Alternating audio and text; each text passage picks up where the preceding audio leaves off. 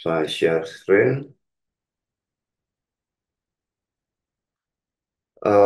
Pertama kita nonton, bentar ya. Ini ya, Ilya Miron ya. Saudara tahu Ilya Miron? Kalau nggak tahu, saudara lihat dia di TikTok ya.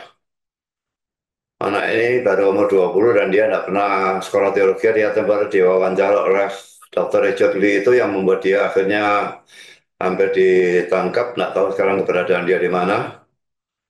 eh Dia membuat suatu video video TikTok, saya singkat VT ya. VT itu video TikTok yang menyerang predestinasi dan bahkan menyebut-nyebut nama saya. Bahkan ada video saya singkat sekali. Cuma yang video saya singkat sekali itu saya nggak tahu itu saya atau bukan. Agak mirip tapi kok rasanya kok gemuk sekali. Saya nggak tahu itu saya atau bukan. Nanti saudara yang lihat sendiri ya. Jadi mari kita nonton video singkat ini lebih dulu, baru kita akan bahas ya. Em, Bentar.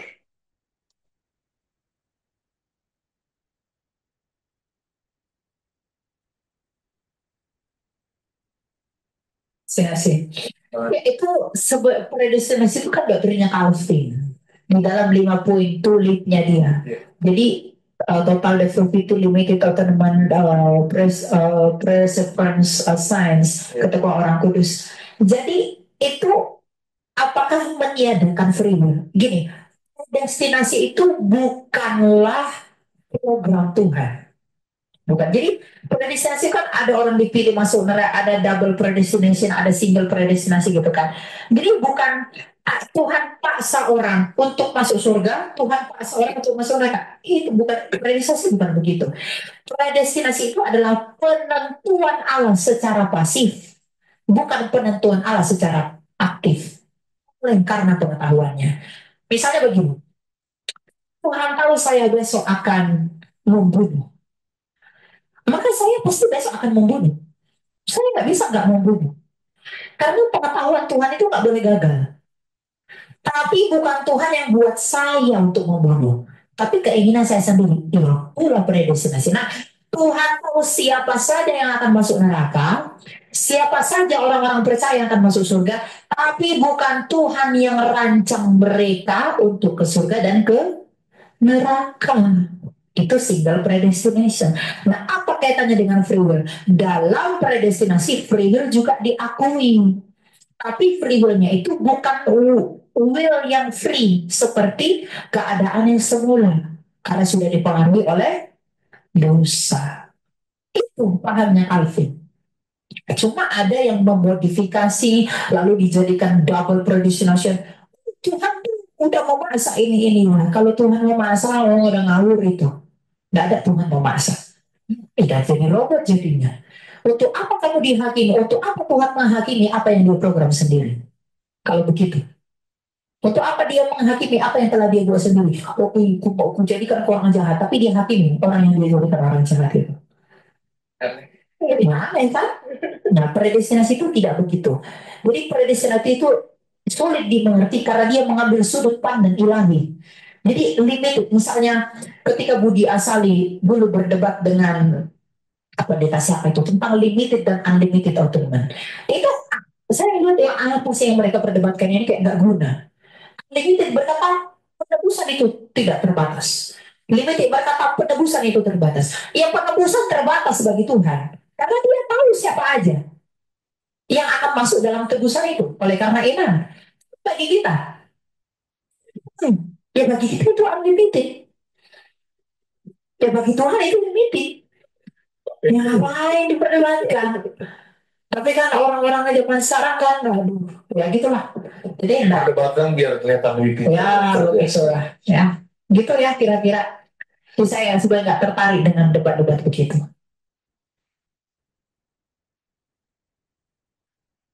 Itu saya apa bukan tadi? Bukan ya?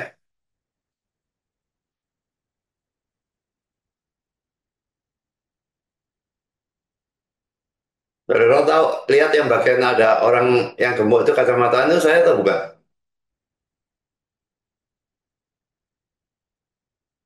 Bukan ya? Saya kira tadi kelihatannya kayak kayak saya tapi kok agak gemuk. Pasti bukan ya? Oke. Em, Kalau itu bukan saya kan. Makanya saya heran dari mana saya pernah muncul seperti itu. Sekarang saya akan bahas ya. Saya tidak bahas kata per kata, tapi bahas semuanya ya. Semua apa? Semua yang penting lah pokoknya ya. Jelas bahwa omongan dia tuh 80 sampai 90% tuh ngawur, gak karu-karuan. Jadi dia berbicara tentang sesuatu yang dia tidak mengerti sama sekali ya. Ini sebetulnya Ilya Miron ini orang yang pintar. Kalau enggak dia enggak Share akan. screen-nya, Pak. Oh iya. Kalau enggak dia enggak akan diwawancara oleh Dr. Richard Lee itu. Jadi dia punya suatu kelebihan lah ya. Eh, Dalam usia waktu itu 19 tahun itu dia sudah bagus sekali, tapi dia salah pendidikan ya. Memang dia belum sekolah teologi ya. Saya nggak tahu sekarang dia tuh sekolah fakultas apa, saya nggak tahu. Tapi pokoknya belum sekolah teologi ya. Dan dia belajar dari orang-orang yang salah, dari Bambang Nursena, dari Rita Wahyu. Nah, padahal dia sendiri mengaku dari gereja HKBP yang ajarannya mestinya ya berbeda sekali dengan Bambang Nursena maupun Rita Wahyu. Jadi dia campur aduk sumbernya ini menjadikan dia punya teologi gado-gado. Tapi yang di sini ini betul-betul luar biasa ya kalau dia tuh em, membahas sesuatu yang dia sama sekali tidak ngerti. Ya, pertama dia mengatakan five point-nya Calvin. Calvin tidak pernah membuat 5 poin tulip itu, saudara ya. Itu bukan buatan Calvin ya. Sekalipun ajaran Calvin itu memang sesuai dengan 5 poin itu, tapi yang membentuk kata tulip itu bukan Calvin ya. Dan itu bisa dicek di ChatGPT. Jadi itu sebetulnya baru muncul kata tulipnya itu, akronim atau akrostik tulip itu baru muncul pada awal abad yang ke-20. Jadi tahun 1900-an. Baru muncul akrostik atau akronim tulip. Ya, kalau ajarannya memang sudah muncul jauh sebelumnya. Namanya Calvin yang sudah muncul, lalu pada waktu apa itu? Canon of Dot dan sebagainya itu juga sudah muncul. Tetapi kalau akronim atau akrostik tulip itu baru muncul pada awal abad yang ke-20. Ini yang perlu kita bahas ya. Calvin tidak pernah membuat akronim atau akrostik tulip itu dia. Dia menyebutkan singkatan dari tulip saja nggak tahu urutannya ya. Jadi dia cuma benar pada poin yang pertama total depravity, lalu selanjutnya itu limited atonement lagi yang bacanya, baca Inggrisnya saja nggak bisa.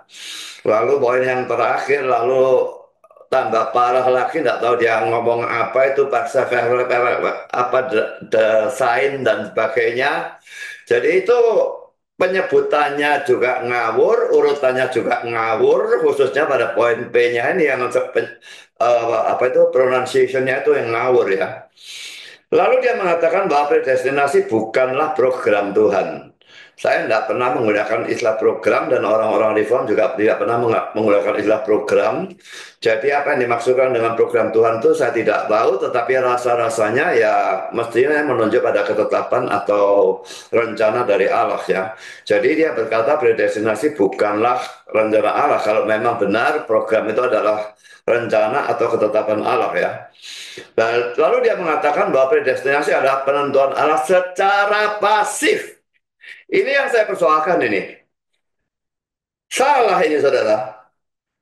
Pada waktu Allah menentukan, dia menentukan secara aktif. Tapi dia justru mengatakan secara pasif dan dia menekankan bukan aktif. Lalu ditambah lagi, oleh karena pengetahuannya. Berarti Allah bukan menetapkan. Allah tahu lalu baru menetapkan. Ini jadi seperti pandangan dari Arminian ya.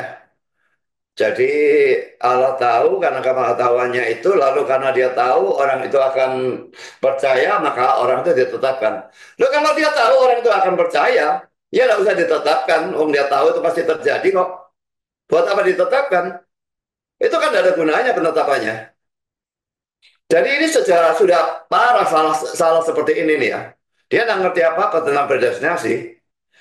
Jadi lalu contohnya itu juga contoh yang pertama ini juga tidak cocok sama sekali. Misalnya begini, Tuhan tahu besok saya akan membunuh, maka saya pasti membunuh. Saya tidak bisa tidak membunuh karena pengetahuan Tuhan tidak boleh gagal. Tapi bukan Tuhan yang buat saya membunuh, tapi keinginan saya sendiri. Itulah predestinasi. Loh, ini contohnya sama itulah predestinasi ini tidak cocok sama sekali. Ini dia bicarakan predestinasi, predestinasi bukan dalam arti mutlak segala sesuatu ditetapkan Tuhan, tapi antara penetapan selamat dan penetapan binasa kan. Tapi dia katakan itulah predestinasi, urusan membunuh, ini sama sekali tidak cocok contohnya. Nah kalau terus neraka dan surga, lah ini contohnya cocok ya. Lalu dia katakan, nah Tuhan tahu siapa yang akan masuk neraka dan siapa yang akan masuk surga. Nah, tapi dia katakan, tetapi bukan Tuhan yang rancang mereka untuk ke surga dan ke neraka. Lalu dia katakan lagi, itulah single predestinasi. Nah, ini sudah ngawurnya 1000%, sudah tidak karu-karuan. Saya tidak ngerti kenapa gerangan dia membuat VT tentang predestinasi kalau dia tidak ngerti sama sekali tentang predestinasi. Ini bukan single predestination. Kalau single predestination itu hanya ada penetapan selamat tapi tidak ada penetapan binasa. Tapi ini dia bicarakan orang masuk surga dan masuk neraka. Ini double predestination. Tapi kalau dia katakan bukan Tuhan yang rancang mereka untuk ke surga dan ke neraka, itu malahan bukan predestinasi sama sekali. Ya, jadi ini kata-kata yang di sini nih sudah parah, ini salahnya sudah parah, bukan main sudah. Lalu dia katakan apa kaitannya dengan free will? Dalam predestinasi free will juga diakui kata dia. Tapi free will-nya itu bukan will yang free seperti keadaan semula. Maksudnya keadaan sebelum Adam dan Hawa jatuh dalam dosa. Dan itu karena adanya dosa, kata dia. Memang kita tidak percaya free will ya. Jadi kita tidak percaya free will dengan alasan bahwa kalau segala sesuatu ditentukan Allah, bagaimana kita bisa memilih A atau B atau C? Kalau Allah tentukan kita melakukan A, kita pasti akan melakukan A. Tidak mungkin kita melakukan B atau C atau D dan sebagainya.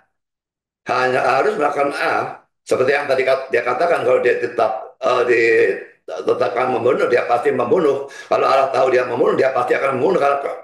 Karena pengetahuan Allah tidak boleh salah, kata dia. Jadi saudara, itu alasan pertama kalau Allah menetapkan segala sesuatu, maka tidak mungkin ada kebebasan untuk memilih antara A, B, dan C. Orang pasti akan melakukan itu, tapi orang tetap melakukan dengan kemauannya sendiri. Dia melakukan seperti yang ditetapkan oleh Allah. Dan dia berkata dalam free will, predestinasi juga diakui, itu tidak benar ya. Kami tidak percaya free will dan lebih lebih apa ya, lebih menggunakan istilah free agent ya. Jadi orangnya yang bebas, bukan kehendaknya. Kehendak itu kan cuma sebagian dari orang atau sebagian dari jiwa, pikiran, perasaan, kehendak. Kenapa perasaannya saja, kehendaknya saja yang bebas? Orangnya yang bebas, bukan kehendaknya. Jadi mestinya free agent, bukan, jadi orangnya yang bebas, bukan kehendaknya. Ya. Dan kalau karena tidak seperti keadaan semula karena adanya dosa, ini mungkin masih bisa diterima. Jadi kalau seperti Adam itu memang bisa memilih antara dosa atau tidak dosa. Tapi itu pun kalau dihubungkan dengan ketetapan Allah, dia tidak bisa memilih. Bahwa Adam jatuh itu sudah ditetapkan, maka dia pasti jatuh, tak bisa tidak. Sekarang saya lanjutkan, dikatakan oleh dia itu pahamnya Calvin. Ini ngawur lagi 1000% ngawur ya. Nggak pernah baca bukunya Calvin, ngomong nggak tentang Calvin ya. Cuma ada yang memodifikasi Jadi kalau dia katakan ini pahamnya Calvin, Calvin single predestination. Karena di sini dia berkata single predestinasi, dan di sini dia berkata itu pahamnya Calvin. Jadi Calvin single predestination nonsense lah ya. Cuma ada yang memodifikasi, lalu dijadikan double predestinasi. Oh, Tuhan itu sudah memaksa ini. Ya, kalau Tuhan memaksa, ya sudah ngawur itu. Tidak ada Tuhan memaksa, kata dia. Jadi robot kita jadinya. Untuk apa Tuhan menghakimi apa yang dia buat sendiri? Aneh kan? Jadi, predestinasi itu tidak begitu. Jadi, predestinasi itu suka dimengerti karena dia mengambil sudut pandang ilahi. Apakah predestinasi mengambil sudut pandang ilahi? Tidak, saudara. Jadi sudut pandang manusia juga Allah menetapkan segala sesuatu dari awal segala zaman. Sebelum permulaan dunia dijadikan, Allah sudah menetapkan siapa selamat, siapa binasa. Sudut manusia, sudut Tuhan sama saja dalam hal itu. Ini lalu dia mengatakan bahwa ketika Budi Asali dulu berdebat dengan pendeta, titik-titik dia tidak ingat pendetanya siapa. Saya tidak tahu ini maksud mungkin adalah mengapul segala ya, karena saya berdebat tentang limited atonement itu dengan mengapul segala. Tentang limited atonement dan unlimited atonement, itu saya lihat apa sih ini kayak tidak berguna. Kata-kata kayak tidak berguna ini menunjukkan kegoblokan dia menurut saya. Ya, unlimited atonement dia katakan itu dari sudut pandang manusia dan limited atonement dari sudut pandang Tuhan. Ini salah lagi. Faktanya Yesus mati untuk seluruh dunia, universal atonement untuk semua orang tanpa kecuali, sejak Adam sampai bayi yang lahir sebelum kedatangan Kristus yang kedua kali, atau Yesus mati hanya untuk orang pilihan. Itu sudut pandang manusia atau Tuhan sama saja. Jadi adalah omong kosong bahwa itu sudut pandang manusia itu limited unlimited atonement, tapi sudut pandang Tuhan itu limited atonement. Ini ngawur lagi, tidak karu-karuan. Dan mengatakan kayak tidak berguna ini, apa alasannya dia mengatakan kayak tidak berguna? Apakah dia tidak senang doktrin? Limited atonement itu berguna. Dan itu tidak bisa tidak merupakan sambungan dari predestinasi.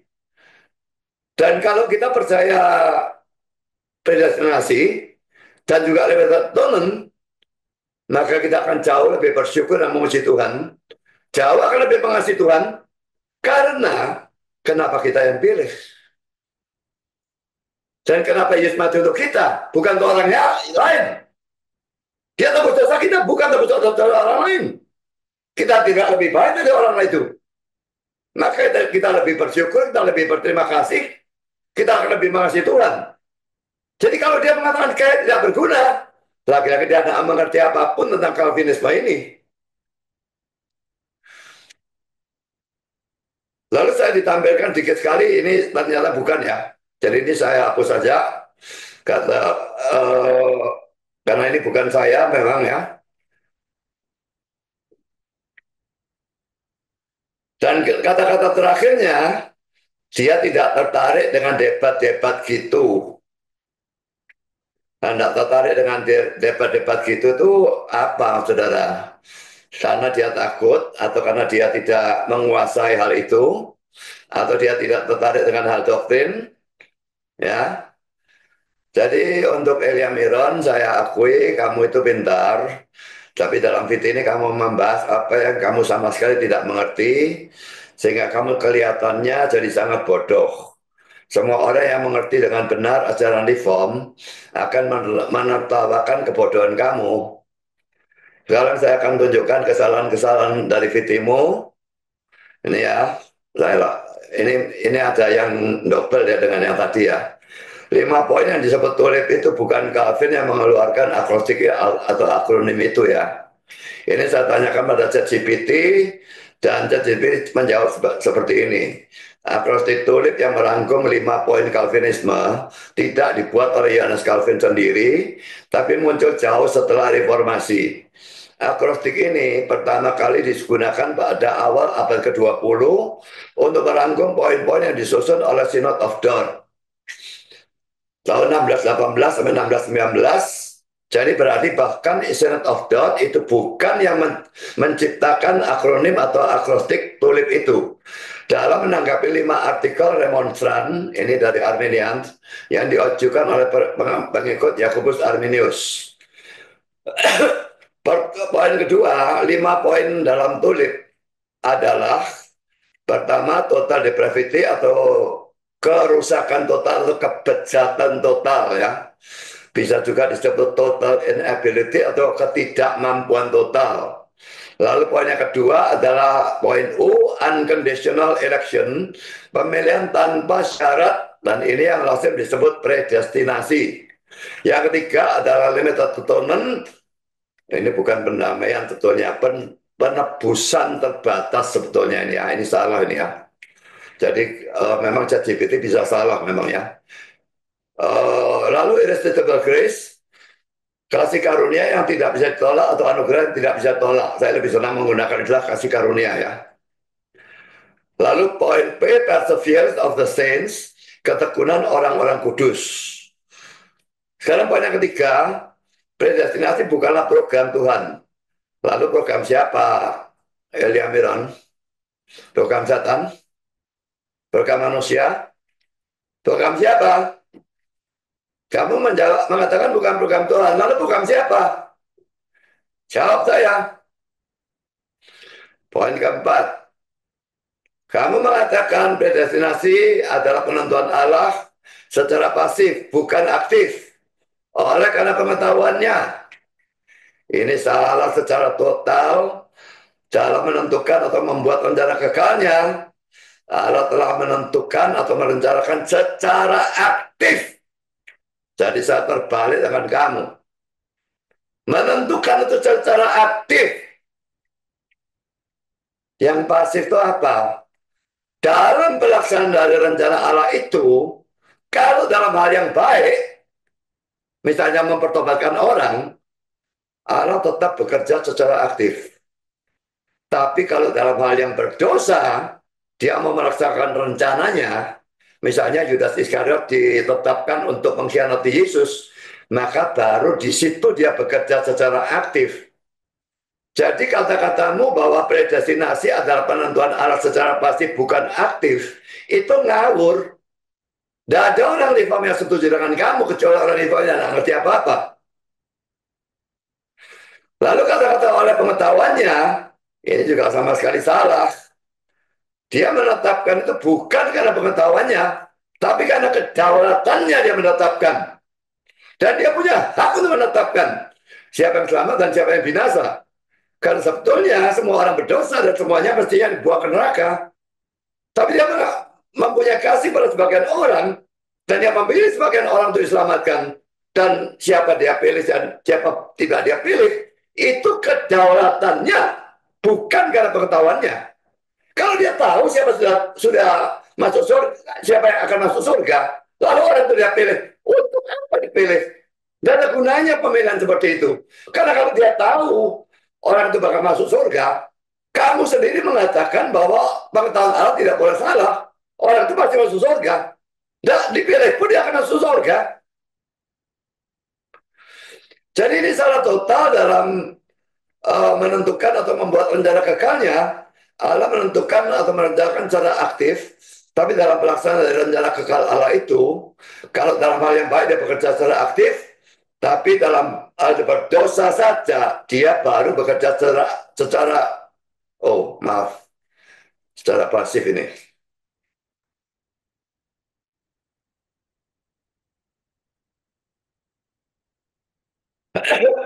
Poin kelima, saudara, dan juga ini saya tujuan Emilia Miron. Tuhan tahu siapa yang akan masuk surga dan siapa yang akan masuk neraka. Tapi bukan Tuhan yang rancang mereka untuk ke surga atau ke neraka. Itulah tinggal predestinasi. Kamu dapat Omongan ini dari siapa? Ini ngawur habis-habisan. Sehingga predestination itu Allah hanya menentukan orang yang selamat, tapi Allah tidak menentukan orang yang binasa. Itu sehingga predestination. Tapi bukannya seperti ini. Kalau ini Tuhan tahu, kalau cuma tahu itu bukan menetapkan ya. Tapi kalau Tuhan menetapkan siapa yang masuk surga dan siapa yang masuk neraka, itu double predestination. Jadi kata-katamu laki-laki ngawur habis-habisan. Poin A, dari poin 5 ini ya. Tuhan tahu tapi bukan Tuhan yang rancang. Sekarang saya berikan kamu argumentasi ya. Kalau dari minus tak terhingga, ya, ini kamu mundur ke belakang sampai minus tak terhingga, pada waktu hanya ada Tuhan, tidak ada siapapun atau apapun selain Tuhan. Tuhan itu sudah tahu kan, dia maha tahu kan. Tuhan tuh sudah tahu segala sesuatu yang akan terjadi. Kalau kamu tidak setuju ini, kamu tidak waras. Saya yakin itu. Maka hal itu pasti terjadi. Kalau tidak terjadi kan Tuhan salah tahu. Kamu sendiri bilang Tuhan tidak boleh salah tahu. Tuhan tidak boleh salah tahu kan. Kalau pasti terjadi, maka hal-hal itu sudah tertentu. Saya tidak bilang ditentukan ya. Saya bilang sudah tertentu. Pasti terjadi itu sudah tertentu. Kalau sudah tertentu, pertanyaannya, siapa yang menentukan? Kalau saya menjawab Tuhan yang menentukan. Karena pada saat itu cuma ada dia sendiri. Tidak ada apapun atau siapapun selain Tuhan. Jadi kalau bukan dia yang menentukan, siapa? Kalau kamu tidak setuju pertanyaan, jawaban saya, silakan tidak setuju. Tetapi kamu harus bisa memberikan jawaban alternatif terhadap pertanyaan saya ini. Bagaimana mungkin pada minus tak terhingga, pada saat hanya ada Allah saja, segala sesuatu sudah tertentu. Kalau kamu bisa menjawab argumentasi ini dan mematahkannya, saya akan ikut pandangan kamu. Tapi kalau kamu tidak bisa menjawab pandangan argumentasi saya ini, kamu harus ikut pandangan saya. Karena argumen ini berdasarkan Alkitab dan berdasarkan logika. Kalau kamu tidak bisa menjawab, kamu berarti tidak dan tidak mau mengikut pandangan saya, kamu tidak tunduk pada Alkitab maupun pada logika. Sekarang poin B. Kamu mengatakan bahwa itulah sehingga predestinasi. Ini lagi ngawur habis-habisan. Sehingga predestinasi sudah kayak saya katakan. Itu adalah hanya kalau orang percaya pada penetapan selamat, tapi dia tidak percaya pada penetapan binasa. Itu pandangan yang sangat tidak logis, karena setelah kita mati, nanti cuma ada dua tempat, surga dan neraka. Seandainya ada lebih dari dua tempat, maka pandangan sehingga predestinasi itu memungkinkan. Tapi karena cuma ada dua tempat, kalau yang sebagian ditetapkan untuk selamat, terus sebagian yang lain tidak mungkin selamat, berarti mereka pasti tetapkan binasa. Jadi sehingga predestinasi itu mau omong kosong. Itu pandangan dari orang yang tidak punya logika. Semua orang reform tanpa kecuali yang sungguh-sungguh reform percaya double predestination. Allah menetapkan sebagian untuk selamat dan sebagian yang lain ditentukan untuk binasa. Stephen Tong itu percaya sehingga predestination. Karena itu saya tidak percaya dia reform. Dia semi-reform. Kalau tentang single atau double predestination kamu tidak tahu, jelas kamu tidak memenuhi kriteria untuk membuat video tentang predestinasi. Mengapa gerangan kamu paksakan? Nggak tahu itu jangan buat video menjadikan kamu ditertawai orang. Kamu banyak penggemar. Penggemarmu mungkin nggak tahu apa-apa tentang predestinasi dan mungkin saja akan menyetujui kamu. Tapi aku tahu tentang predestinasi. Dan aku mempelajari. Aku salah satu tokoh di dalam predestinasi di Indonesia ini. Dan siapapun mau dapat tentang predestinasi dengan aku berani lawan. Satu lawan dua, satu lawan tiga, boleh. kamu mau dapat aku juga tentang kamu. Kamu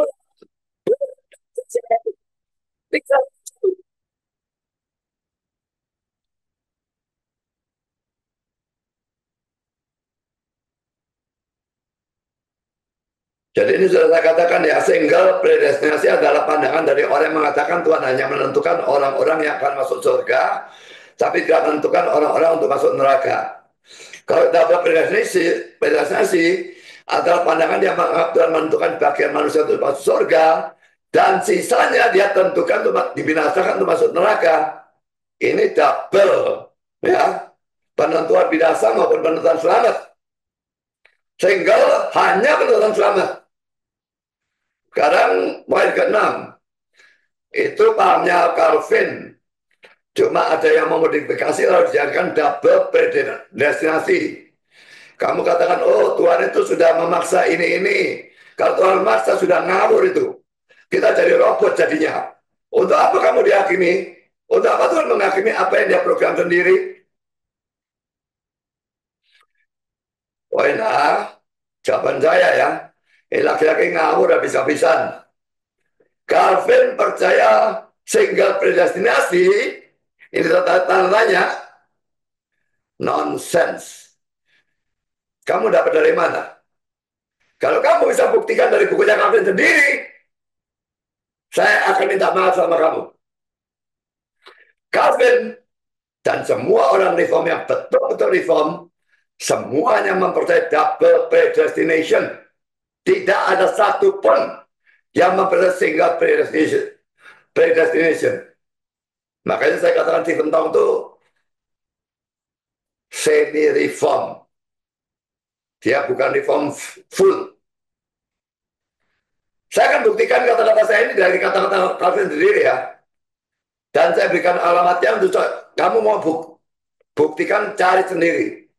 Dari institusinya, buku ketiga, chapter 21, nomor 5. Dia mengatakan eternal life is foreordained for some, eternal damnation for others. Hidup yang kekal ditentukan lebih dulu untuk sebagian manusia, penghukuman kekal untuk yang lain. Ini single atau double? Jelas double. Lalu kutipannya bukan cuma satu, ini kutipan kedua.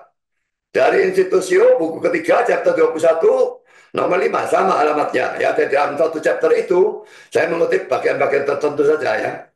Predestination, by which God adopts some to hope of life, and synthesis of the others to eternal death. Predestinasi, dengan mana Allah mengadopsi sebagian manusia kepada pengharapan kehidupan, dan memvonis yang lain pada kebinasaan kekal. Ini double, bukan single. Kutipan ketiga, indeed many, as if they wish to avert a reproach from God, accept an election in such terms as to deny that anyone is condemned.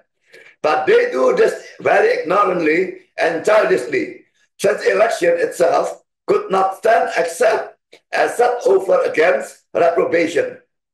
Saya terjemahkan, memang banyak orang karena mereka tidak ingin Allah dicela, menerima pemilihan dalam istilah-istilah sedemikian rupa sehingga menolak adanya penentuan binasa.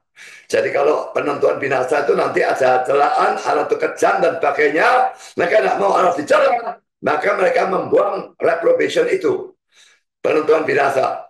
Tetapi mereka melakukan hal ini secara bodoh dan kekanak-kanaan.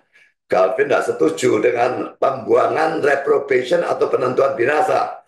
Karena pemilihan itu sendiri, pemilihan selamat ya, tidak bisa berdiri atau bertahan kecuali diimbangi oleh penentuan binasa.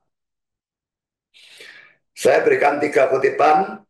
Yang ini dari buku ketiga, chapter 23 nomor 1. Kamu bisa cek sendiri saya bohong atau tidak. Sekarang poin B. Kamu mengatakan cuma ada orang yang memodifikasi pandangan Calvin ini menjadi double predestinasi. Ini terbalik. Calvin percaya double predestinasi, Cuma ada orang-orang semi-reform seperti Stephen Tong yang modifikasinya menjadi single predestinasi. Bahkan yang putus sabda yang mengaku reform, dia mengatakan orang yang percaya Allah menentukan dari kekal Allah menentukan masuk neraka itu orang Allah itu Allah gendeng. Kalau Allah menentukan seperti itu Allah gendeng. Itu kata-kata yang putus sabda ada videonya.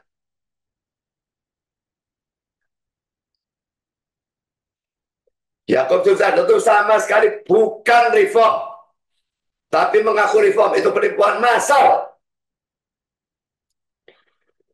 Percaya dalam predestinasi bukan berarti percaya Tuhan memaksa.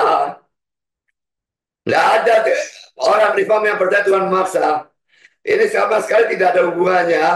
Dan lagi-lagi menunjukkan bahwa kamu tuh sama sekali tidak mengerti tentang topik yang kamu bahas. Lalu kenapa kamu bahas apa yang kamu tidak mengerti? Kalau mau bahas tuh baca dulu bacaan orang-orang reform, buku-buku teologi orang reform, atau video-video saya yang memang terkenal sebagai orang reform.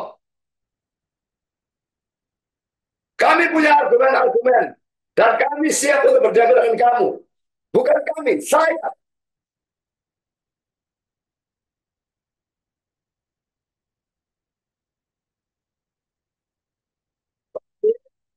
Jadi robot. Memang kalau Tuhan maksa, jadi robot memangnya. Tapi Tuhan tidak pernah memaksa. Siapa orang reform yang mengajarkan bahwa Tuhan memaksa? Sebutkan kalau saya satu saja. Itu pikiran kamu sendiri. Tidak ada orang reform yang dia mengatakan demikian. Yang ketujuh, ini kata-kata kamu lagi. Jadi predestinasi itu tidak begitu. Jadi predestinasi itu suka dimengerti karena dia mengambil sudut pandang ilahi. Laki-laki bagi saya ini omong kosong. Predestinasi suka dimengerti oleh orang yang tidak senang doktrin. Dan garis miring atau belajar predestinasi dari orang yang salah. Kalau belajar dari orang yang salah, bisa ngajar, ya tentu saja mereka kebingungan. Menjadi sukar mengerti. Tapi coba mereka belajar dari saya punya kader yang mengajar, dan saya senang doktrin, dan saya memang belajar matematika tentang predestinasi. Saya yakin orang yang mengerti. Asal orangnya bukan orang yang idiot, IQ-nya di bawah 30 atau gimana.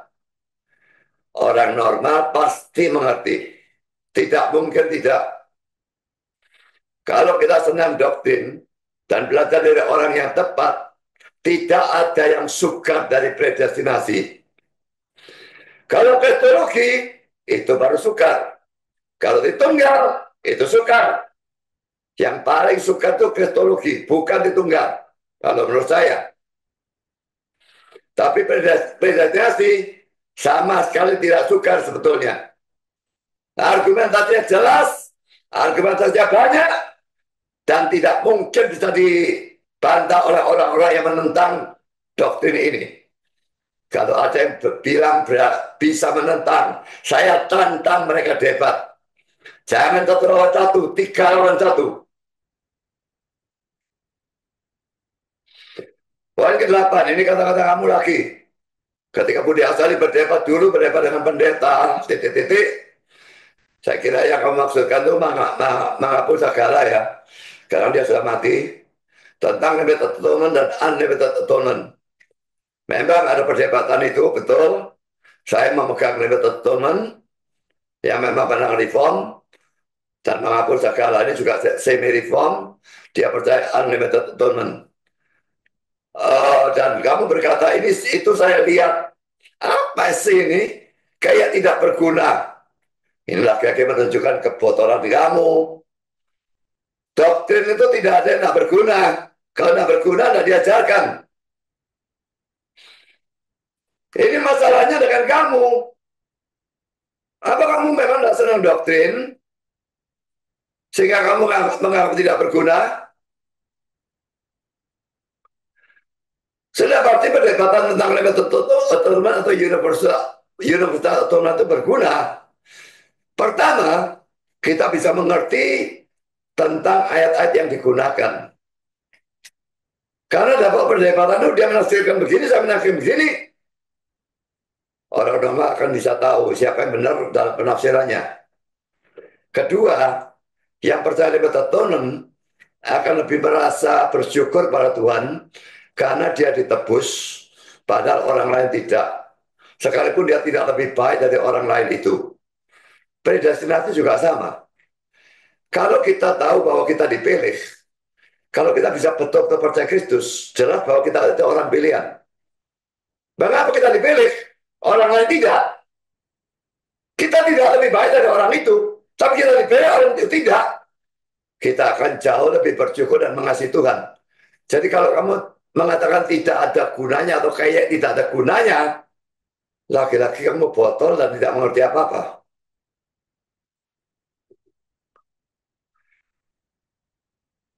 Yang kesembilan, ini kata-kata kamu lagi.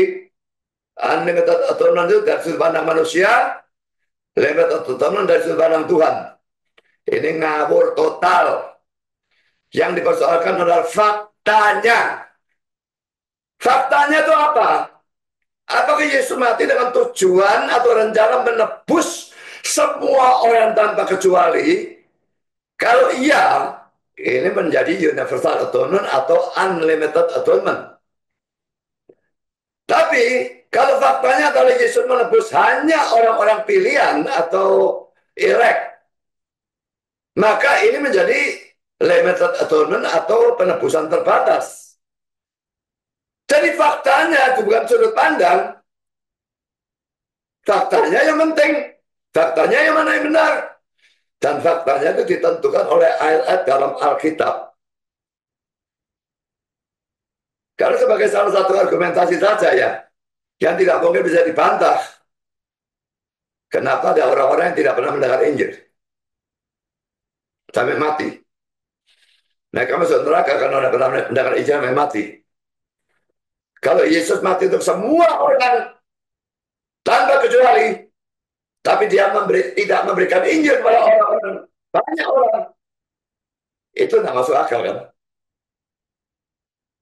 Kalau dia mau mati untuk orang itu, dia mau menebus orang itu, dia mesti mau memberi Injil untuk orang itu. Argumen kedua, kalau Yesus sudah mati untuk semua orang, tapi tetap ada orang-orang masuk neraka, maka Allah itu tidak adil. Berarti hukuman orang itu dihukum dua kali dosanya ya. Satu kali pada diri Kristus, dan satu kali lagi pada diri orang itu. Dan itu tidak mungkin. Itu tidak adil. Orang yang sudah terima Kristus, pasti selamat. Karena itu saya memegang pandangan limited atonement. Kalau universal atonement cuma memungkinkan selamat. Tapi kalau limited atonement yang ditebus Yesus pasti selamat.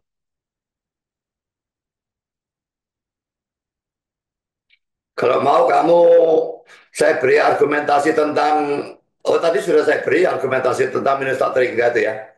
Coba jawab dan patahkan itu, saya ingin tahu. Tidak pernah ada orang bisa mengatakan itu.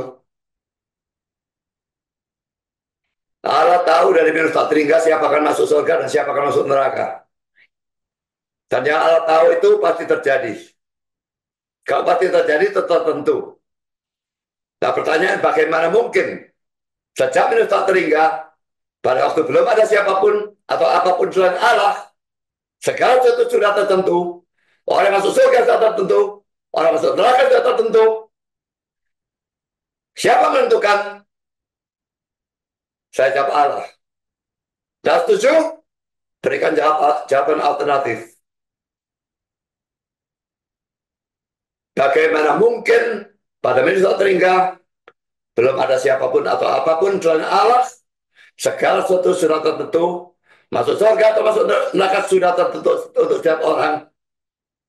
Jawab dan berikan pandangan alternatif. Jangan menyimpang dari pertanyaan saya.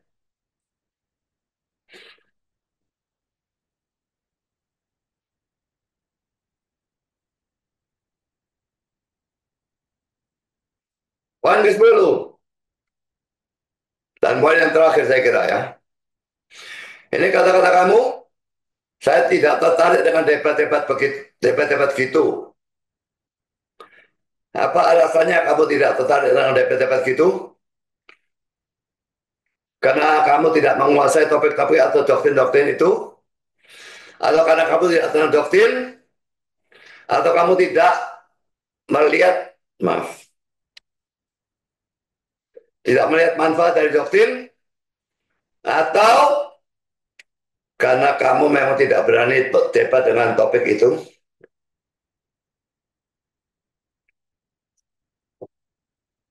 Saya akhiri dengan suatu tantangan debat untuk kamu. Biarpun kamu mengatakan kamu tidak tertarik debat, saya tantang kamu untuk debat. Dan saya tantang kamu debat dengan taruhan. Boleh 3 lawan 1, pihak yang kalah harus pindah pandangan ke pihak yang menang. Karena menangnya ditentukan dari siapa yang tidak lebih banyak tidak bisa menjawab argumentasi pihak lawan. Kalau memberikan argumentasi itu gampang saja. Tapi mematahkan argumentasi pihak lawan itu yang menentukan kalah menangnya.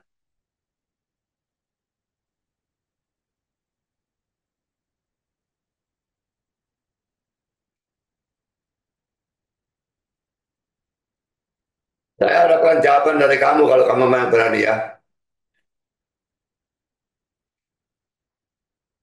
Dan kalau debat saya tidak mau debat di TikTok. Saya tidak mau debat kalau saya tidak bisa buka data. Karena sukar bagi saya untuk buka data di TikTok. Jadi kalau mau debat dengan Zoom, seperti saya katakan 1 lawan 3, tapi waktunya sama. Mau 90 menit, 90 menit. Dengan moderator dari pihak yang netral.